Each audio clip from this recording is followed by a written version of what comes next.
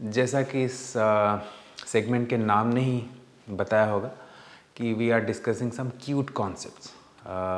मैंने इजीली इसको ऐसे सेगमेंट का नाम रखा है क्योंकि अच्छा, लास्ट सेगमेंट पे हमने देखा था कि ट्रस्ट को कैसे एनालाइज करना है विथ टू मेथड्स, कि एक था मेथड ऑफ जॉइंट्स, दूसरा था मेथड ऑफ सेक्शंस, और उसके थ्रू हमने देखा कि कैसे एनालाइज करना है। लेकिन उस सेगमेंट में थोड़ा टाइम भी कम था, तो मैंने कुछ जो छोटे छोटे ट्रिक्स हैं वो मैंने उसमें डिस्कस नहीं किया था। इनफैक्ट वो इंटेंशनल था कि उस चीज़ों को जनरल प्रोसेस के साथ मैं डिस्कस नहीं करूं और उनको एक दूसरे सेगमेंट में रख दूं। और in fact they are so cute, ये जो 3 कॉन्सेप्ट मैं अभी डिस्कस करने वाला हूं, तो मैंने सोचा था कि उसको एक अलग सा सेगमेंट करना चाहिए सो दैट एक एम्फेसिस आए, मतलब स्टूडेंट जब उसको देखे तो उसको लगे कि हाँ ये इम्पॉर्टेंट हैं और यूज़फुल हैं और बहुत क्यूट भी हैं। ओके, तो जो फर्स्ट कॉन्सेप्ट है मैं डिस्कस करने वाला हूँ वो है the concept of zero force members का। ओके, अब ये है क्या चीज़। अब देखो, लास्ट सेगमेंट में हमने जब डिस्कस किया तो हमारे पास जब हम बोलते हैं कि इन्वेस्टिगेट करना है या एनालाइज करना है एक ट्रस्ट को, तो होता क्या है, हम मेंबर्स फोर्सेस निकालते हैं और हमने देखा कि या तो कंप्रेसिव होंगे या तो टेंसाइल होंगे, क्योंकि सब तो 2 फोर्स मेंबर हैं ही। अब अगर कुछ कंप्रेसिव हैं कुछ टेंसाइल हैं तो क्या ये मुमकिन नहीं है कि कोई ज़ीरो फोर्स भी मेंबर होगा, किसी में ज़ीरो भी ना हो, क्योंकि अगर हम टेंशन को पॉजिटिव लें, कंप्रेशन को नेगेटिव लें, तो कोई ज़ीरो भी तो हो सकता है। अब वैसे मेंबर्स को जिसमें फोर्स ज़ीरो है हम ज़ीरो फोर्स मेंबर कहते हैं, नाम ही बता रहा है। लेकिन मतलब क्यों इतना इम्पोर्टेंट है और are they very general concepts. अब इम्पोर्टेंट इसीलिए हैं कि अब जब हम एनालाइज कर रहे हैं तो if we can visually inspect करके, मतलब देख के ही हमको अगर पता चल जाएगा कि कौन से मेंबर्स में कोई फोर्स है ही नहीं या फिर वो ज़ीरो फोर्स मेंबर हैं, तो हम उनको मतलब वो स्ट्रक्चर से बस निकाल दें, we will remove them, throw them out. अगर फेंक देते हैं तो फिर सिंपल हो जाएगा, है ना, जो ट्रस्ट का स्ट्रक्चर है वो सिंपल हो जाएगा और उसके बाद हम एनालिसिस कर सकते हैं। तो अब एक क्वेश्चन आता है, जब मैंने बोला कि हम इसको बस फेंक सकते हैं बाहर क्योंकि उसमें कोई फोर्स नहीं है, तो क्या एक्चुअली ट्रस्ट में भी उस मेंबर्स को निकाल के बाहर रख देंगे, मतलब ट्रस्ट को चेंज ही कर देंगे? वो नहीं हो सकता है। क्यों? क्योंकि ये जो अभी मैं ज़ीरो फोर्स मेंबर्स की बात कर रहा हूँ कि मेंबर्स में फोर्स कुछ होगा नहीं, तो that will be valid for a given kind of loading condition. अगर कोई एक मैं स्पेसिफिक टाइप का लोड अप्लाई कर रहा हूँ कि ये जॉइंट पे ही लोड्स हैं, तो ही उन मेंबर्स में ज़ीरो हो सकते हैं फोर्स। अगर मैं थोड़ा सा भी चेंज कर दूं फोर्सिंग पैटर्न, हो सकता है वो ज़ीरो फोर्स मेंबर ना रहे, मोस्टली वैसे ही होगा। तो एक पर्टिकुलर कंडीशन में वो ज़ीरो फोर्स मेंबर होंगे। हम देखेंगे कि कैसे थोड़ा सा भी चेंज करने पे वो ज़ीरो फोर्स मेंबर फिर नहीं रहते। अब अगर ऐसा है तो हम फिज़िकली उनको रिमूव नहीं कर सकते हैं, क्योंकि हमको पता नहीं है ना कि प्रैक्टिकली जब वो ट्रस्ट मतलब एक कहीं पे रखा होगा, मतलब यूज़ में होगा, और हम निकाल देंगे उसमें से एक एलिमेंट को, तो हो सकता है वो कोलैप्स कर जाए, क्योंकि जिस लोडिंग कंडीशन के लिए हमने उसको एनालाइज किया था और सोचा था कि वो ज़ीरो फोर्स मेंबर है, उस फोर्स स्ट्रक्चर से अभी बदल गया, तो अभी वो ज़ीरो फोर्स मेंबर नहीं रहेगा, वहाँ पे फोर्स आना चाहिए, लेकिन हमने वो निकाल दिया है, तो ट्रस हो सकता है कोलैप्स कर जाए।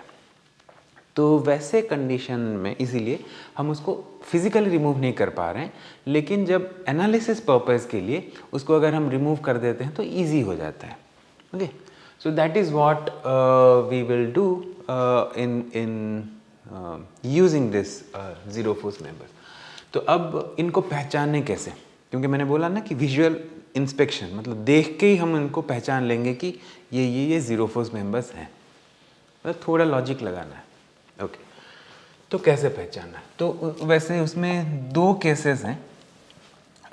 से मैं अगर उसको केस 1 बोलूँ तो उसमें क्या होता है कि ऐसा एक मेंबर होता है मानो, फिर दूसरा एक मेंबर है, सोचो कि ऐसा कुछ है, ओके, और यहाँ पे जुड़े हुए हैं। लेट्स से इसका नाम है A, B and C, ये जो जॉइंट्स हैं, ठीक है। तो कंडीशन ये है कि 2 मेंबर ऐसे कनेक्टेड हों, ओके, और इस जॉइंट पे कोई फोर्स ना हो, तब ये जो एफ ए बी होगा और ये जो एफ बी सी होगा, ये दोनों ही ज़ीरो होंगे। तो कंडीशन क्या है कि कोई एंगल है बिटवीन दीज टू, सो मतलब अगर मैं इनको ऐसे ज्वाइन कर लूँ तो दिस एंगल थीटा, कोई थीटा एंगल है बिटवीन टू मेंबर्स, और there is no force, no force की जगह पे मैं लिखता हूँ कि no external force, okay, force applied at B. जैसे यहाँ पे कोई एक्सटर्नल फोर्स अप्लाइड नहीं है, ओके, तब क्या होगा कि ये कंडीशन मतलब हम सीधा बोल सकते हैं कि F A B is a zero force member, FBC also is a zero force member. And similarly अगर मैं केस 2 की बात करूं, सो केस 2, तो मैं इसको थोड़ा शिफ्ट कर देता हूं so that get some space may B.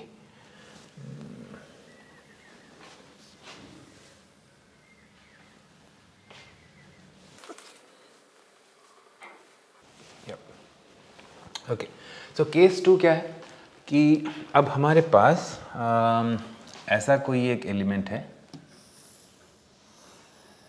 ठीक है, और एक दूसरा एलिमेंट है जो कि इससे कोलिनियर है, ठीक है। 2 एलिमेंट्स हैं जो कि कोलिनियर है। मैं इनको सोचो नाम दे देता हूँ A B and C, may be. So A B और बी सी 2 एलिमेंट्स हैं, 2 मेंबर्स, और एक तीसरा जो मेंबर है वो कुछ ऐसा है, कुछ एंगल है, ठीक है, उसी जॉइंट पे लगा हुआ है। So say that is D, B D. अगर ऐसा कुछ है तो एफ बी डी, और ये कंडीशन यहाँ पे भी अप्लाइड है कि बी पे कोई एक्सटर्नल फोर्स नहीं है, तब क्या होगा कि हम बोल सकते हैं कि F B D is zero. So just by inspection, और जैसे ही होगा तो हम इस मेंबर को स्ट्रक्चर से निकाल भी सकते हैं फॉर द एनालिसिस पर्पस। इन दोनों को निकाल सकते हैं एनालिसिस के लिए, ठीक है। तो ये तो हो गए कि कैसे पहचानना है, पर ये क्यों ऐसा है, मतलब why does it work like that. तो वो देखने के लिए बहुत इजी है, मतलब सिंपल सा कॉन्सेप्ट है। अब देखो कि सोचो कि कोई फोर्स है एफ ए बी में, तो हम रीज़न देख रहे हैं कि क्यों ये कंडीशन सेटिस्फाई करते हैं, ठीक है। तो आप ऐसे सोच लो कि सॉरी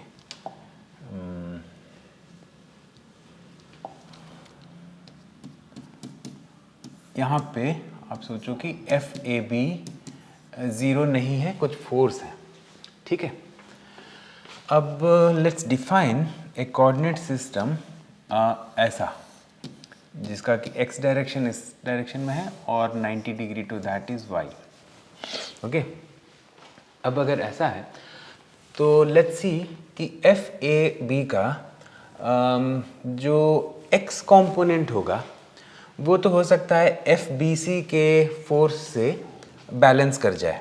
सोचो कि आप एफ बी सी ऐसा कुछ है, एफ बी सी वो भी ज़ीरो नहीं है और हमने एफ ए बी का जो एक्स कंपोनेंट है इससे बैलेंस हो गया। But then what about y component of F B?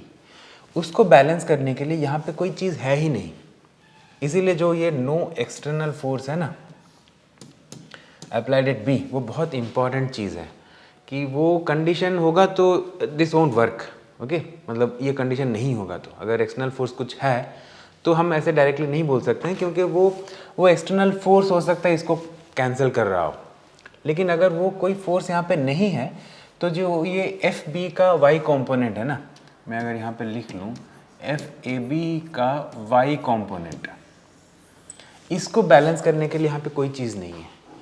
इसीलिए for the equilibrium of B, the point joint B, this must be true, क्योंकि एफ ए बी को zero होना पड़ेगा।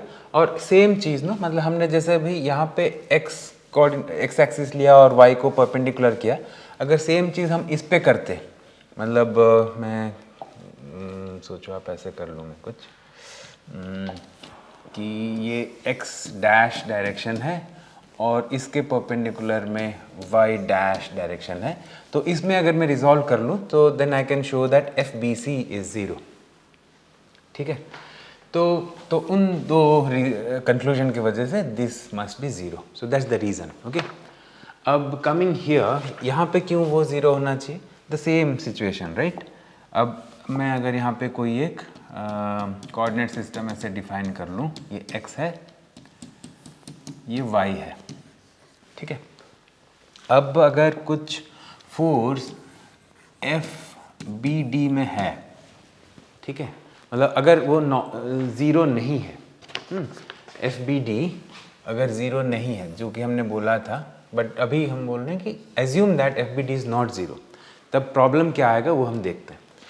अब इस डायरेक्शन में जो कंपोनेंट है एफ बी डी का, एफ बी डी होना चाहिए ना, ये सॉरी एफ बी डी का जो ये एक्स कंपोनेंट है वो हो सकता है कि एफ ए बी, और तो यहाँ पे कुछ एफ ए बी होगा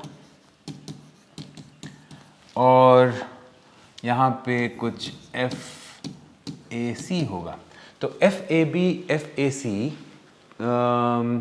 और एफ बी डी का जो एक्स कंपोनेंट है वो एक दूसरे से बैलेंस होके वो हो सकता है इक्विलिब्रियम आ जाए बी का। लेकिन व्हाट अबाउट वाई कंपोनेंट? उसको बैलेंस करने के लिए तो कुछ भी नहीं है यहाँ पे अभी, तो इसीलिए इसको ज़ीरो ही होना पड़ेगा, क्योंकि अगर थोड़ा सा भी उसमें कुछ वैल्यू रहा एफ बी डी में तो ये बैलेंस फिर नहीं हो पाएगा। ठीक है, मतलब अगर ये एंगल अगर ज़ीरो नहीं है, थीटा, थीटा कुछ वैल्यू है, नॉन ज़ीरो वैल्यू, और एफ बी डी भी कुछ नॉन ज़ीरो वैल्यू है, तो ये बैलेंस पॉसिबल नहीं है, इसीलिए एफ बी डी को ज़ीरो होना ही पड़ेगा। तो this is called the zero force member bye inspection. तो आप देखते ही कैसे पता कर लोगे कि इन मेंबर्स को फिर आप निकाल सकते हो। Simply you can remove them, okay, rub them off from the picture. जो पिक्चर दिया हुआ है उसमें से आप इसको हटा सकते हो, एंड देन यू नॉर्मल जैसे हम एनालिसिस करते हैं method of joint, method of section, आप सिंपली कर सकते हो। ठीक है, तो ये था एक कॉन्सेप्ट। अब जो दूसरा कॉन्सेप्ट मैं सोचा था कि इस सेगमेंट में डालूंगा वो कुछ ऐसा है कि सोचो आप कि ऐसा एक मेंबर है और एक दूसरा मेंबर उसके कोलिनियर ऐसा कुछ जुड़ा हुआ है। ठीक है, अब और जो दो मेंबर हैं वो एसी जॉइंट के थ्रू पास कर रहे हैं, बट वो भी कोलिनियर है। ठीक है, तो आप सोचो कि ऐसा है, but they are also collinear to each other. तो अब मैं नाम कुछ दे देता हूँ, से ए बी सी फिर डी और ई। तो चार मेंबर्स हैं, A B, B C, B D and B E. ठीक है, तो अब अगर फोर्सेस इसमें हैं, सोचो आप, ये F1 है, ये F2 है, और ये F3 है, और ये F4 है। तो कंडीशन जो हमारे हैं वो ऐसे होंगे, मतलब without any calculation you can simply write this things. F1 must be equal to F2 and F3 must be equal to F4। ठीक है, कोई कैलकुलेशन करने की ज़रूरत नहीं है, कोई method of joint, method of section की ज़रूरत नहीं है, simply you can write this. अगर इसमें से एक का वैल्यू भी पता है तो दूसरे का वैल्यू भी इमीडिएटली मिल जाएगा, या फिर you can use this equations also. ठीक है, अब ऐसा क्यों है तो उसको देखने के लिए ना, मतलब आप क्या कर सकते हो कि जैसे हमने लास्ट कॉन्सेप्ट में किया था, you just define a coordinate system like this suppose, okay. तो ऐसा, ये x डायरेक्शन है, तो ये x डायरेक्शन है और ये y है। तो अब देखते हैं कि अब y डायरेक्शन में अगर फोर्स को देखें तो F3 और F4 का तो कोई कंपोनेंट उस डायरेक्शन में है ही नहीं। तो अब F1 और F2 जो दो फोर्सेस हैं उन्हीं को एक दूसरे को बैलेंस करना होगा, और ये जो एंगल है ये भी थीटा है और ये भी थीटा है। तो अगर इनको इस डायरेक्शन में बैलेंस करना है with the same angle theta, तो F1 must be equal to F2, और कुछ ऑप्शन बचा ही नहीं। थोड़ा सा भी अलग होगा तो they can not balance along the y direction. और हमने बोला था कि अगर सिस्टम्स इक्विवेलेंट हैं तो, या फिर अगर बैलेंस्ड है, तो कोई भी डायरेक्शन में हम देखें, we are free to choose the direction, उस डायरेक्शन में भी बैलेंस होना ही पड़ेगा। तो हमने अभी ऐसे एक डायरेक्शन चूज़ किया जो कि इस डायरेक्शन में वाई है, तो उस डायरेक्शन में बैलेंस तो होना ही पड़ेगा। बट उस डायरेक्शन में बैलेंस होने के लिए हमें F1 इक्वल टू F2 होना ही पड़ेगा। और सेम वे में हम अगर ऐसे डिफाइन कर लें एक्स एक्सिस, कुछ ऐसा, ऐसे में एक्स एक्सिस और ऐसे में वाई एक्सिस, मतलब एक्स डैश में वाई डैश लिख लेता हूँ क्योंकि ये एक्स और वाई बोला था, तो ये एक्स डैश वाई डैश है। तो उससे आ जाएगा कि F3 must be equal to F4, क्योंकि F1 F2 तो एक दूसरे को उस पर एक्स डैश डायरेक्शन में कैंसिल कर सकते हैं, कर दिए, मतलब we can make them at least balance. लेकिन F4 का जो है और F3, उनका जो कंपोनेंट है इन वाई डैश डायरेक्शन, वो बैलेंस होने के लिए ये ज़रूरी है, इसके बिना वो बैलेंस हो ही नहीं सकते। So this is one nice concept, very very short but powerful concept of visual inspection. आप विजुअली देख के ही पता कर लोगे कि क्या होने वाला है। अब जो थर्ड चीज़ है मैं बोलने वाला था इस सेगमेंट में, जो कि बहुत इंटरेस्टिंग है, वो है about something called internal and external redundancy. Internal और एक्सटर्नल रिडंडेंसी।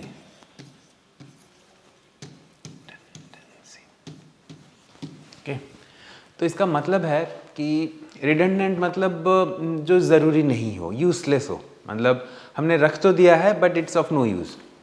ओके, तो अब ये क्या है, एक्सटर्नल भी है और इंटरनल भी है। तो हमने देखा था कि अगर ऐसा कुछ ट्रस है, ठीक है, तो अब जो हमने सपोर्ट लगाया था ना, तो अगर हमारे जो सपोर्ट्स हैं कुछ ज़्यादा रख दिए हमने, ओके, ज़रूरी नहीं था, हमने बस ऐसे ही डाल दिया, जैसे सोचते हैं ना कि थोड़ा और सेफ बन जाए, तो वैसे ही सेफ्टी के लिए हमने ऐसे यहाँ पे भी एक लगा दिया, और मानो आप यहाँ पे भी कोई रोलर सपोर्ट लगा दिया, ऐसे कर दिया। तो इतने तो ज़रूरी नहीं थे, हमने बस अपने सेफ मतलब मन से ही लगा दिया है। तो अभी इसी को कहते हैं कि रिडंडेंसी, एक्सटर्नल रिडंडेंसी, मतलब ग्राउंड का जो सपोर्ट है वो एक्सटर्नल है टू द ट्रस, तो वो बहुत ज़्यादा लगा दिया हमने, ज़रूरी नहीं था। ओके, तो अब कैसे सोच सकते हैं हम कि वो ज़रूरी नहीं था, क्योंकि हमको पता था कि अगर 2D में तीन ही ग्राउंड रिएक्शन हम इक्विलिब्रियम से इवैल्यूएट कर सकते हैं, राइट? क्योंकि तीन इक्वेशंस होते हैं. सो that is the meaning of necessary condition. अगर तीन है तो हम उससे काम हो जाना चाहिए. लेकिन अभी इसमें क्या है, बहुत सारे हैं, 1 2 3 4. क्योंकि अगर यहाँ पे मैं रिएक्शंस की बात करूँ, ऐसे रिएक्शन यहाँ पे आ जाएंगे, ऐसे रिएक्शन यहाँ पे आ जाएंगे और ऐसा एक रिएक्शन यहाँ पे आ जाएगा. तो 5 रिएक्शन फोर्सेस आ गए. We can't solve them from the rigidity condition of this truss. अगर इसको पूरे को हम रिजिड मान लें तो हम जनरली ऐसे करते हैं ना, ग्राउंड रिएक्शन इवैल्यूएट करते हैं. अब तो कर नहीं पाएंगे क्योंकि 3 इक्वेशन से 5 अननोन है, नहीं कर पाएंगे. तो दैट मीन्स अब इस केस में हम बोलेंगे कि जो एक्सटर्नली रिडंडेंट है ये, मतलब कुछ सपोर्ट ज़्यादा लगे हुए हैं जो ज़रूरी नहीं है. जैसे कि अभी मैं अगर इसको निकाल भी दूँ, इस सपोर्ट को, तब क्या हो जाएंगे, 3 हो जाएंगे, राइट? 1 2 3. अब उसमें ये फिर स्टेबल रह जाएगा स्ट्रक्चर, कोई ज़रूरी मतलब ये इसमें कुछ दिक्कत नहीं आने वाली है. अब और एक तरीका क्या है, मैं इसको निकाल दूं तो क्या रिडंडेंट होगा कि नहीं होगा? तब भी रिडंडेंट रहेगा क्योंकि 4 हैं रिएक्शंस. तो इसमें इस साइड पे मुझे कोई ज़रूरी नहीं कि मैं हिंज सपोर्ट रखूं. मैं अगर इसको रोलर भी कर दूं तब फिर ये रिडंडेंसी हट जाएगा और मतलब ये नॉट रिडंडेंट वाला टाइप में आ जाएगा. तो 3 रिएक्शंस होंगे which we can calculate. So that is the meaning of external redundancy, कि ग्राउंड सपोर्ट्स ज़्यादा तो नहीं है. तो दैट्स इट. अब इंटरनल रिडंडेंसी क्या है कि अब ये जो स्ट्रक्चर है, अब ये तो ऐसे भी स्टेबल है, ठीक है? मतलब ग्राउंड से अगर मैं हटा भी दूं तो वैसे भी स्पेस में भी इसको रखूं तो इसको कुछ फोर्स लगाने से ये मूव नहीं करेंगे. मतलब with respect to each other, इनका शेप में कुछ चेंज नहीं आएगा ट्रस के. अब इसको बोलते हैं स्टेबल स्ट्रक्चर. लेकिन अगर मैं थोड़ा और सेफ्टी सोच के मैं क्या करूँगा कि यहाँ पे एक ऐसे लगा दूँगा रॉड मेंबर, यहाँ पे एक ऐसा मेंबर लगा दूँगा. प्लीज़ नोट दैट ये पॉइंट्स पे ना ये ओवरलैप मतलब क्रॉस करके जा रहे हैं, मतलब एक दूसरे के थोड़ा गैप होगा. मतलब there are no pin joints there. मैं पिन जॉइंट्स अभी दिखा देता हूँ यहाँ पे so that things will be clear. Pin joints खाली इन्हीं जगह पे हैं, ओके? इन जगहों पे पिन जॉइंट्स है नहीं, वो बस एक दूसरे को क्रॉस कर रहे हैं. तो ये भी स्टेबल ही है, मतलब ये कुछ ज़्यादा ही स्टेबल है. तो अब इसको बोलेंगे हम इंटरनली रिडंडेंट है. जो इंटरनल ट्रस का स्ट्रक्चर है तो वो ज़रूरी नहीं था, अननेसेसरी था, हमने डाल दिया है. तो वैसे चीज़ों को बोलते हैं इंटरनली रिडंडेंट. तो ये हो गए concepts of internal and external redundancy. तो उससे क्या पता चलता है कि एक दूसरा मतलब जो मेन कॉन्सेप्ट में बताने वाला था इसमें, वो है कि स्टैटिकली डिटर्मिनेट है या इनडिटर्मिनेट है कोई सिस्टम, उसको कैसे पता करें. अब उसके लिए अब देखो कि एक्सटर्नली रिडंडेंट अगर नहीं है स्ट्रक्चर तो कितने अननोन्स होंगे? 3, राइट? सो 3 जो होंगे वो ग्राउंड रिएक्शंस होंगे. If A system is not externally redundant, एकदम जितना चाहिए उतना ही है सपोर्ट, उसमें अगर इतने हैं और हमारे पास सोचो आप मेंबर्स जो हैं m मेंबर्स हैं, ठीक है? जो मेंबर्स हैं m है और ये जो जॉइंट्स हैं वो j जॉइंट्स हैं, ठीक? तो अब हमारे पास अननोन्स कितने हैं? जैसे ये 3 ग्राउंड रिएक्शंस अननोन्स हैं और ये जो m मेंबर्स हैं और सबके एक मेंबर फोर्स जो है वही तो अननोन्स होते हैं. हमने यही तो बोला था कि इन्वेस्टिगेशन का मतलब होता है to find out all this member forces, directions are known, only the magnitudes are unknowns. तो अब उस केस में देखें तो ये हो गया हमारा m member forces are unknowns. तो हमारे टोटल अननोन हो गए m+3. अब इक्वेशंस हमारे पास कितने हैं टू सॉल्व? अगर j जॉइंट्स हैं तो हमने देखा था मेथड ऑफ जॉइंट्स में हर जॉइंट के इक्विलिब्रियम के लिए हम 2 इक्वेशंस लिख पाते हैं. तो हमारे पास 2j इक्वेशंस आएंगे. तो अब अगर m+3 that is the number of unknowns, अगर ये सेम हो जाएगा number of equations that we can write, तो अब ये हो जाएगा स्टैटिकली डिटर्मिनेट स्ट्रक्चर. कंडीशन है कि एक्सटर्नली ये रिडंडेंट नहीं है, तो हमारे पास 3 ही ग्राउंड रिएक्शंस हैं. अब मेंबर्स अगर m है और जॉइंट नंबर j है, तो अगर ये कंडीशन सेटिस्फाई करता है m+3 = 2j, तो ये स्ट्रक्चर स्टैटिकली डिटर्मिनेट है। मतलब हम सारे फोर्सेस को यूनिकली डिटरमाइन कर सकते हैं by using the equations of equilibrium, जो कि हमने पढ़ा था, method of joints, method of section. उसको यूज़ करके सारा कुछ यूनिकली डिटरमाइन हो सकता है। अगर ये बढ़ गया, मतलब सोचो हमने ज़्यादा मेंबर लगा दिए, जितने ज़रूरी थे उससे ज़्यादा लगा दिया, तो ये नंबर m+3 बड़ा हो गया उससे, तो क्या होगा कि ये रिडंडेंट स्ट्रक्चर बन जाएगा। अभी ये स्टैटिकली इनडिटर्मिनेट है, हम नहीं कर पाएंगे पता कि किस में कितना फोर्स है। और अगर ये कम हो गया तो ये हो सकता है ये स्टेबल ही ना हो सिस्टम, मतलब वो सिस्टम जो है वो मतलब कोलैप्स कर जाएगा।